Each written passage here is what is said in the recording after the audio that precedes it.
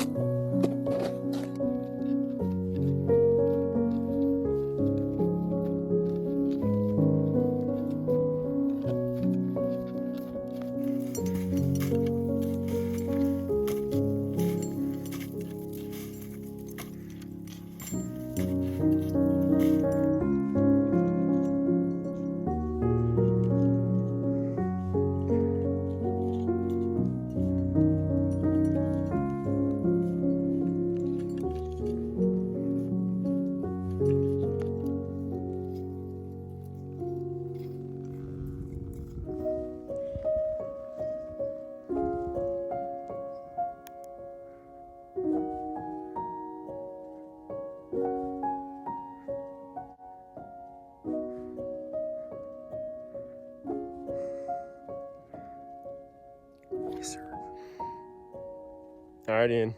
Okay. We are at 9,200 feet. Yep. Pushing on to 10,000 foot camp on our first day. It's 5 p.m. We got, 1,000 feet to go, 5.5 hours of daylight, so plenty of time. What do you got to say, Ian? Not much. It's pretty slow going, but we're making a lot of progress today. So Yep. it's warm, sun's out, weather's very nice. We are fried. There's no wind. Yeah. Hardly. No wind. Check this out. Pacific Ocean is right there. Crazy.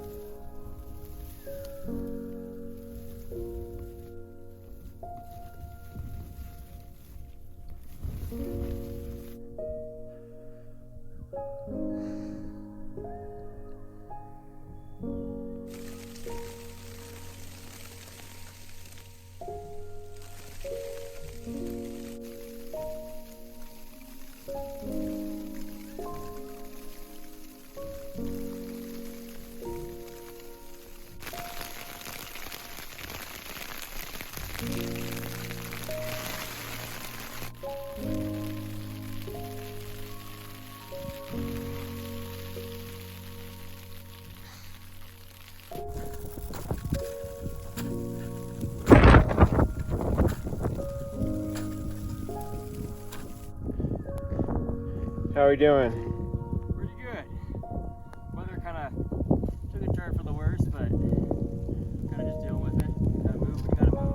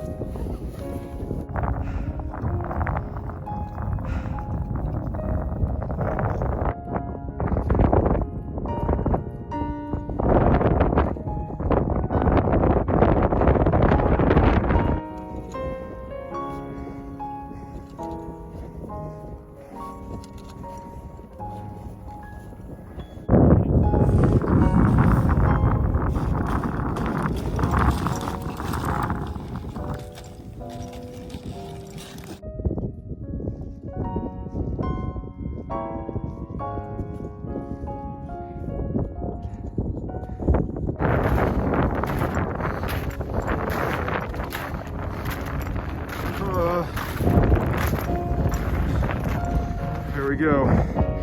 Logan, St. Elias, rest of the Fairweather Range. It's about to pop off this ridge to you crossing southern Fairweather Range. Made it.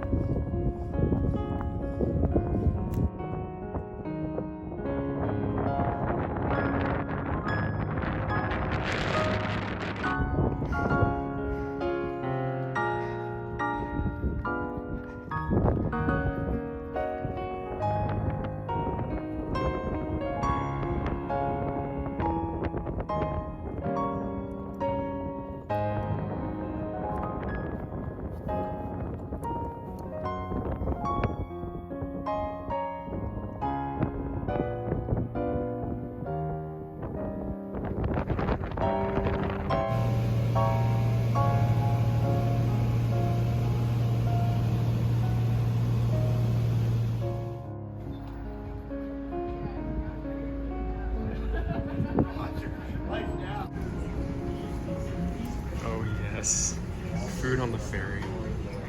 Ferry food just hits. I'm going to give our breakdown of the Carpe Ridge route of Mount Fairweather, and a little bit of the story of how we climbed this, why we wanted to climb this. But this route's in 50 Classic Climbs. It's revered as one of the big ones, albeit one of the easier big expedition routes. It's technically not very difficult. Me and Ian were pretty questionable on what the technical difficulties on this would actually entail. There's not a lot of information out there on it. The Smileys, as usual with a lot of these bigger 50 Classic routes, are kind of the only coherent resource you can find. They've got a video. They did this route blazingly fast in 2 days. 2 days once they were en route. I think it took them like 16 because of how long they were stuck in base camp due to storms. They didn't really hit the weather window optimally, but those guys are extremely fit. I mean, ascending this route in 2 days is no small feat. So we watched their video many times. I read their trip report. I saved it and downloaded it to have for the trip. And then there was one other video on YouTube of some guys climbing the Carpe Ridge, a team. They were sponsored by, I think it was like an AAJ grant or something like that. There's no other information about their climb, but they put a video out that just had like a few helpful snippets of kind of the terrain. So we didn't really know what to expect. We knew this would be easier than St. Elias, obviously easier than Hummingbird Ridge, and then less technically difficult than, say, like Devil's Thumb and Waddington.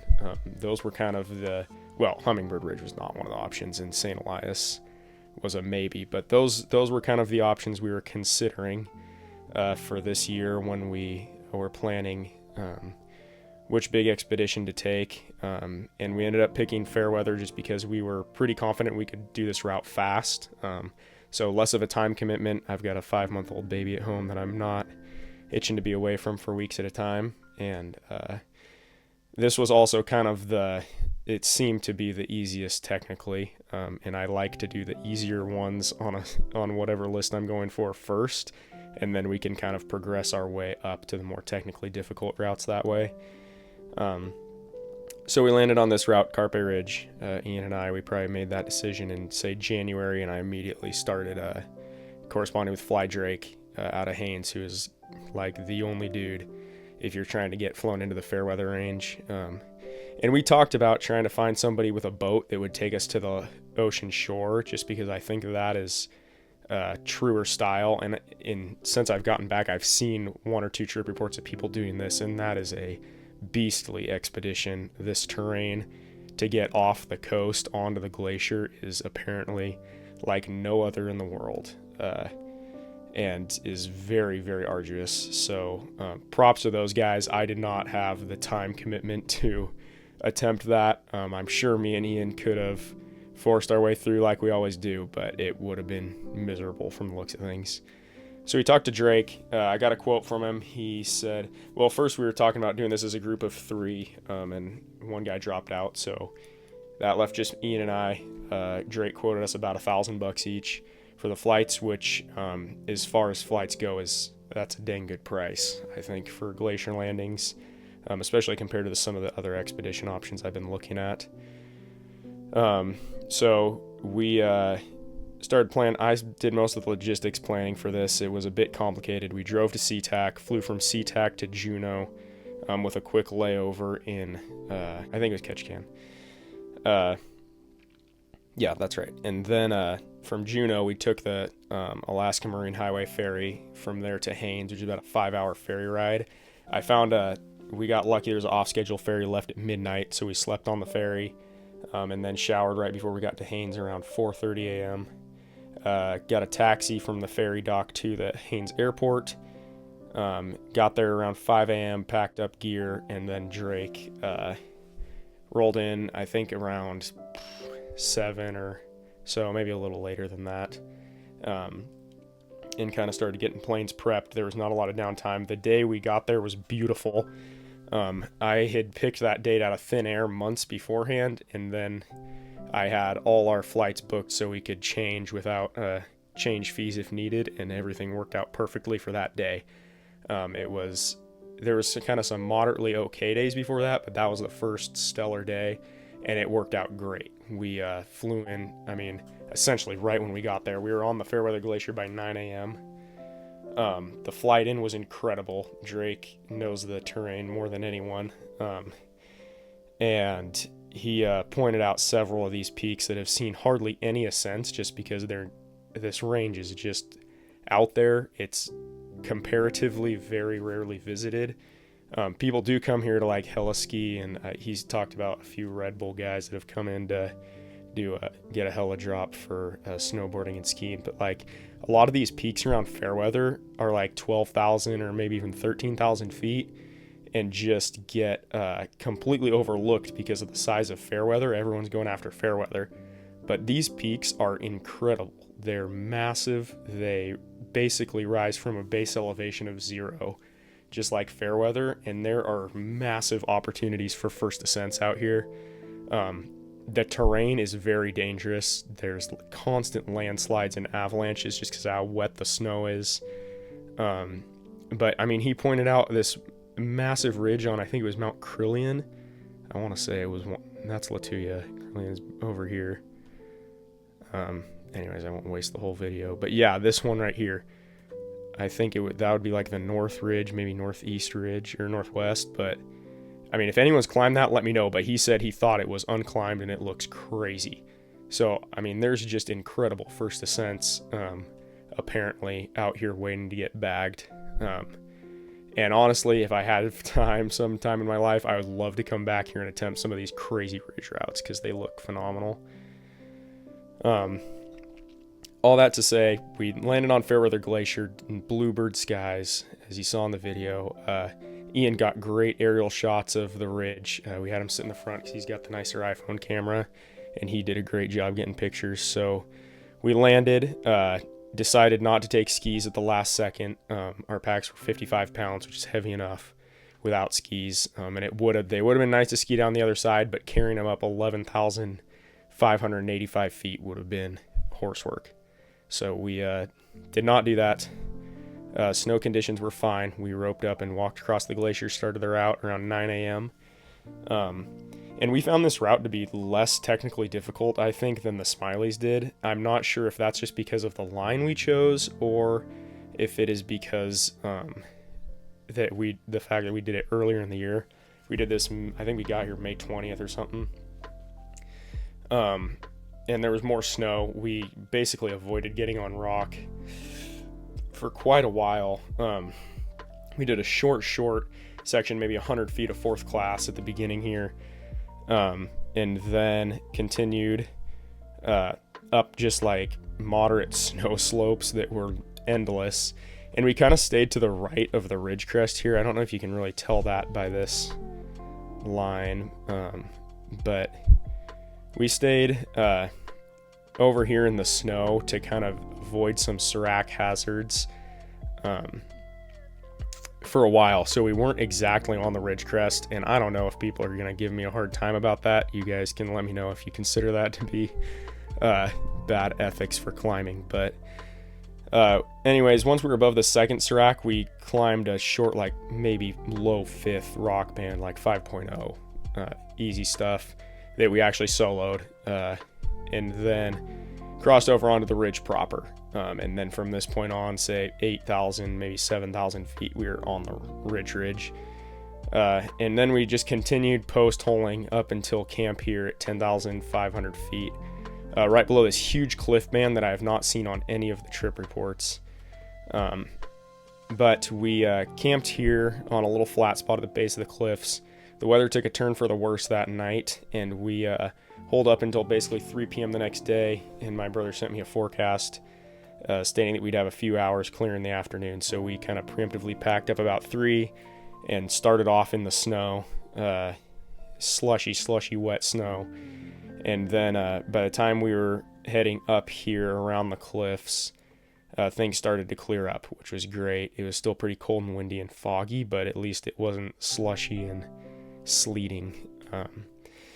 We decided to go right around these cliff bands as it shows here. You could go left maybe, but it would be mid-fifth. And then like climbing these cliffs, they looked hard. It was steep, and we were not ready for that with 55-pound packs. I don't know what the Smileys did. They're beasts, so I mean, maybe they freaking just went straight up and stayed on the ridge crest. I don't know. But we're wimps, so we went around. And then up some pretty steep snow here. This was some of the steepest snow on the route, and it was ice for a while actually. Barely skirted to the left of this third Spheriá wall right here. And then continued up a little ways, made camp to about 9 p.m. at 12,200 feet next to a crevasse. But there's a nice flat spot on the ridge here. Perfect campsite. Super scenic. And then same thing the next day. It stormed until like 3 or 4 p.m. We took advantage of an afternoon weather window and pushed up to the false summit. And we really started feeling the altitude on the way to this false summit, more than we usually do, like more than I ever have on Rainier. Like I was huffing and puffing. I think that might be because of the weight of our packs, but it was definitely slowing us down.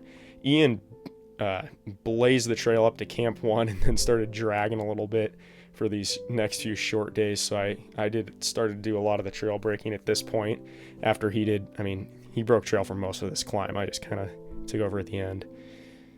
But anyways, you go across this ridge that's really very epic. There's just enormous cornices hanging over the right side. So I guess that'd be the east side. And they're like partially breaking off of the ridge. So it just leaves these massive crevasses that you got to avoid. So we like narrowly stayed on the left of those crevasses. You descend quite a bit here to this saddle. And there's probably a bivvy site or two down here we could have used, but we had some daylight left, so we continued up to the last possible flat spot before the ice snows, and camped there. I think this was 13,800 feet or something. There's a last little flat spot. And this night was cold, but it was clear. We brewed up, and I was 100% sure we were making the summit at this point because we have no other choice. The ice snows we got pictures of, and it looked, I mean, not impossible, but like definitely the crux of the route. Way harder than the rest of the route is mostly steep snow. Like this is not an alpine climbing technical route. This is like a general mountaineering route, I would say. And the ice snows had for us like 3 pitches of 70-degree ice. You could go around it to the right, could go around it to the left. I don't know how much it matters, but we waffled and then decided to go left because that's what it says in the 50 Classics book. and that worked out fine. We had 3 pitches on like 70-degree ice that was just bulletproof blue ice. So that was pretty tiring, and there was not really any breaks, so I basically had to belay Ian. I led the first pitch, belayed Ian over basically on my front points. My calves were tweaking.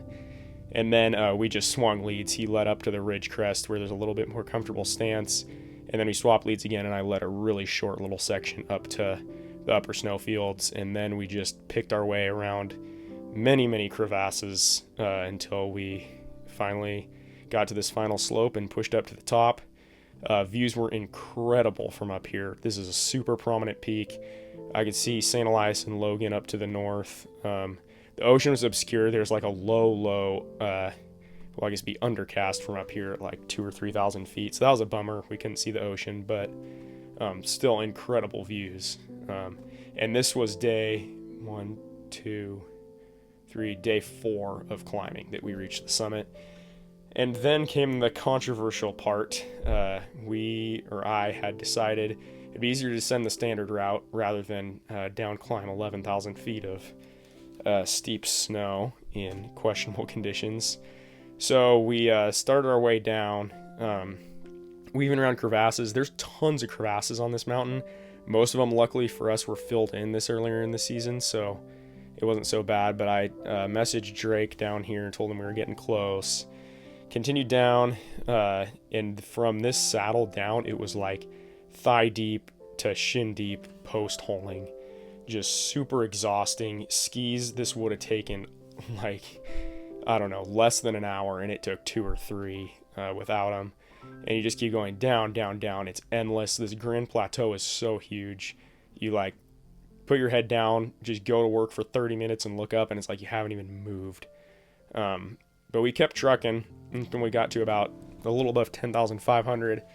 I messaged Drake with the snow conditions. He said he's on his way, and that is the moment when I realized a near fatal mistake. We did not discuss the pickup location, and that usually for Drake that goes without saying, because most of these guys he takes up here climbing the standard route, and they just meet him in the same spot that he dropped him off. So there's no trivia about where to get picked up. Us, on the other hand, we went up and over, which he said he's never had anyone do before. And me and Ian got to the first big flat spot at 10,500 and figured it looked plenty big enough to land for a ski plane. And that is maybe the case size-wise, but the winds get funneled through here in a different way that's not optimal for takeoff. And then also, it is a big area, but you've got a peak in the back here and a peak right here. So it like really limits the angle you can take off at. So Drake, being the compassionate guy that he is, ended up landing, and he was not happy about it, which I can't blame him for one bit. But he made the landing. We had some discussion about whether he should just take off himself and go. There's a storm literally rolling in as we were speaking. Clouds are forming down here over the plateau. Winds are picking up.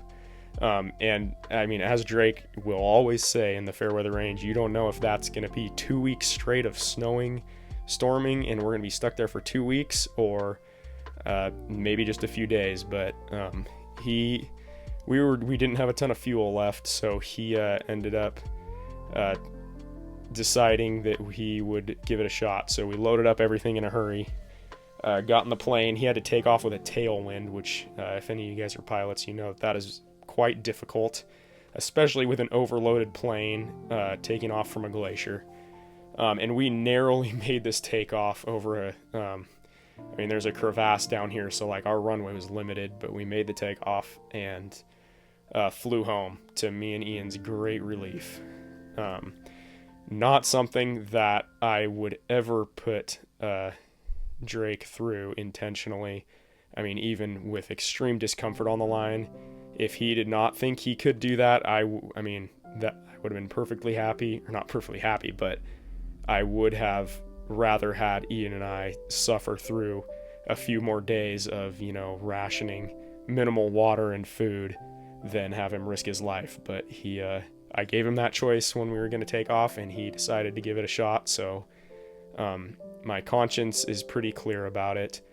That said, not something I'm going to repeat in the future, and I definitely have major lessons learned about discussing the minutia of the glacier landings if we are lucky enough to do any of those in the future. So anyways, flew back to Haines that afternoon and made it back in time for, I think it was the 3:30 p.m. ferry back to Juneau.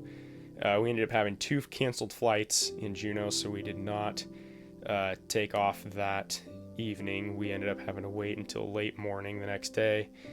And then SeaTac was a mess, so we didn't make it home till evening on Saturday. But it's 5 nights away from home. I think that's basically unheard of for this mountain, especially for the Carpe Ridge. And me and Ian got it done. Our fitness carried us through. We made progress even on the marginal weather days, which I think enabled us to do this in the time frame that we did. So that's the story. Total cost for this trip, I think, is helpful to go over for an expedition like this. Me and Ian did this for about $2,000 each, maybe a little more. I ordered a huge pack of peak refuels that was like $800. Used, I think, I don't know, 10 of them maybe on this trip. So, less than $100 in food for peak refuels. Flight was $1,000. Ferry tickets were about $150. Plane tickets were like $250 each. We paid about $100 each for taxis. And then there's obviously the traveling, food, and miscellaneous expenses, airport parking, gas to get to the airport. All in, it was about $2,000 each. So that's what we did it for. I would call that a shoestring budget. Looking back, there's no way we could have cut money out of that. That's about as cheap as you can do it. And honestly, I would budget for more than that if you're going to do this, because everything went just about perfectly for us. Gear-wise, it's going to be easiest to just look at this on my Pack Wizard if you're interested in expedition gear, but I put a ton of thought into what to take on this mission. It's Alpine style up and over. You don't have a base camp. You can't take any frivolous comforts, which, I mean, like I said 100 times, the Smileys are beasts, but they did this a completely different style than us. They had the safety of a base camp to wait out weather if things turned. The way we did this was much higher risk. And I only did that because I'm extremely confident in me and Ian's abilities to climb in poor weather conditions. If it's a blizzard, we took the stuff to be able to keep moving in that weather if we needed to. I had a 8,000 meter parka, this Montane Apex. It was super heavy, but I mean, that is like a fortress. So not getting cold in that. We both had expedition mitts. We took our -40 sleeping bags from Denali, which you could easily get away with a -20 on this peak, but we don't have -20s. We have, I think, 10 degrees and -40. So went big, and that was great. That helped us out on the colder nights. And then it just adds a factor of safety. Had my big hyperlight backpack. Obviously, you can't fit all this stuff in the Prism. Not much else to mention on here unless you want to dig into the minutia. I used Petzl goalies for this whole climb with no pick weights. Pick weights would have been nice for the ice nose, but other than that, you can do this whole thing with goalies. It's not super strenuous technically. Helmet, use the ultralight harness, which a lot of people are gonna argue with. I know that's like a ski mountaineering harness, but there was potential on the ice nose on that very first pitch I led. I could have taken a pretty big whipper because it was a big traverse. So this harness is, it's gonna catch a fall, but it's just not made for taking big whippers. And it was fine for the rest of the climb, other than that one pitch. So just kind of a risk we're willing to take. Crampons, steel crampons were good. Aluminum would have been terrible on that ice. We got this new rope. It's about the lightest single rope you can get, 6 pounds. So that was great. Still lugged it all the way up there, which is miserable. We took a picket, some Rock Pro that we didn't use, so a few cams, few nuts. And I think we took 3 ice screws, and that I wish we would have taken 4. It would have been nice to have 4 ice screws to build anchors, and then have some more intermediate pro on the ice nose pitch. Mainly just that first one, because I almost ran out the rope on that first one. And Ian's got a screw anchor with the picket backup. we got an intermediate screw, and then I've got a 1 screw anchor on the end. Like, that is, I mean, most people would say that's unacceptable risk. It's certainly the bare minimum for technical climbing. So I didn't realize there was going to be that much hard ice, like dense ice. I thought the picket would be a little more effective, or we'd be able to get rock pro in somewhere, and that just wasn't the case. So we ran it out on just our few ice screws. Consumables, I had 8 pounds of food. Threw out a few meals at the end, and I'm glad I did. At altitude, the last day I could barely force down 1 breakfast peak refuel. So I had like 4 or 5 extra peak refuels that I didn't even eat just because my appetite was gone the last couple days. Fuel, we made this whole climb on 1 large isobutane canister. I can't remember how much those weigh. I think they're like 18 or 19 ounces, the big boys. We took 2 and only ended up using 1. I would always take 2 though, because you never know when you're gonna get stuck on the glacier, and Drake's not gonna be able to fly you out of there the second you want out, like he did for us. So that's not always the case. We took a drone and took 1 shot with it of camp. It was too windy and cold on top, and also when I got back, I looked up the regulations after getting some negative comments on our other videos, and we were planning on flying this from the top, which is on the border of Glacier Bay National Park and provincial park. I can't remember the name of it, but one of the provincial parks in BC. And I assumed that drone flying was okay in provincial parks, similar to some of the state parks in the United States, and that's not the case. So even if we would have been able to use the drone, we wouldn't be able to use the footage because it's illegal. And as much as that irks me about them outlawing drones in these places where there is no sign of life, no other humans, and nothing else we could bother, like the comments are right. It's against the law, and I would give people a hard time for flying a drone in a populated place, and so I'm gonna hold that same standard from now on, even when we're on these more remote climbs where no one is there to witness and it's not affecting anyone.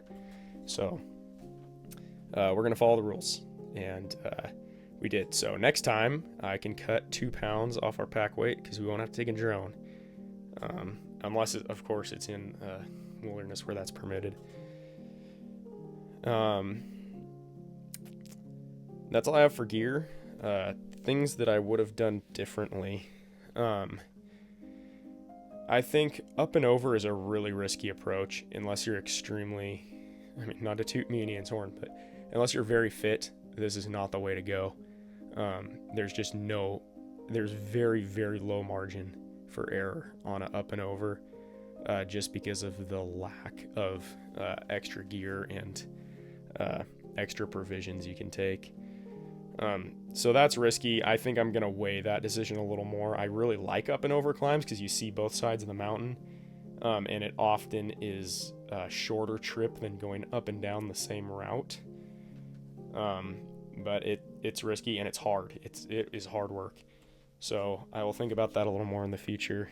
Other things we would have changed, like I said, the whole flight pickup situation with Drake was the biggest lesson learned of this trip for me. And it unfortunately ended the trip on kind of a sour note. This was a huge success for me and Ian, but it was a bummer to end on taking a risk like that. Is not ideal. Other than that, things I would change, I don't know. 3 people would have been fun. It would have been nice to have a lighter tent. Whatever we used, Black Diamond First Light or whatever, is almost 5 pounds, which is better than the El Dorado, but all those new fancy schmancy Dyneema mountaineering tents are looking pretty appealing. At this point, they're just super expensive. One of those tents costs more than this entire expedition, so that's hard to justify at this point, but that would be a nice upgrade. That's about all I have for useful information. I think I did a lot of introspection on this trip. and just why Ian and I are drawn to do these types of things. And I mean, obviously climbing is on a spectrum. There's people that are doing much more extreme alpinism than Ian and I. I mean, we're still basically just in general mountaineering, but these trips are a big commitment. It's a big time away from my wife and my daughter, my baby daughter, and that is, it's difficult to justify. But that said, there are massive upsides, I think, for me taking on these challenges and then succeeding. It allows for me to get closer to knowing my limit, and I think it deepens my relationship with my God, Jesus Christ, and I rely on him. Especially on this trip, I relied on him in a lot of ways. There was the plane pickup situation, the weather deteriorating. I relied on him, and he granted Ian and I optimal conditions and opened the door for us to succeed on this climb in a way that has not been done for many other parties that have tried to do this. And to me, I think that there's something that is telling me that this type of pursuit is suited perfectly to Ian and I's skill set.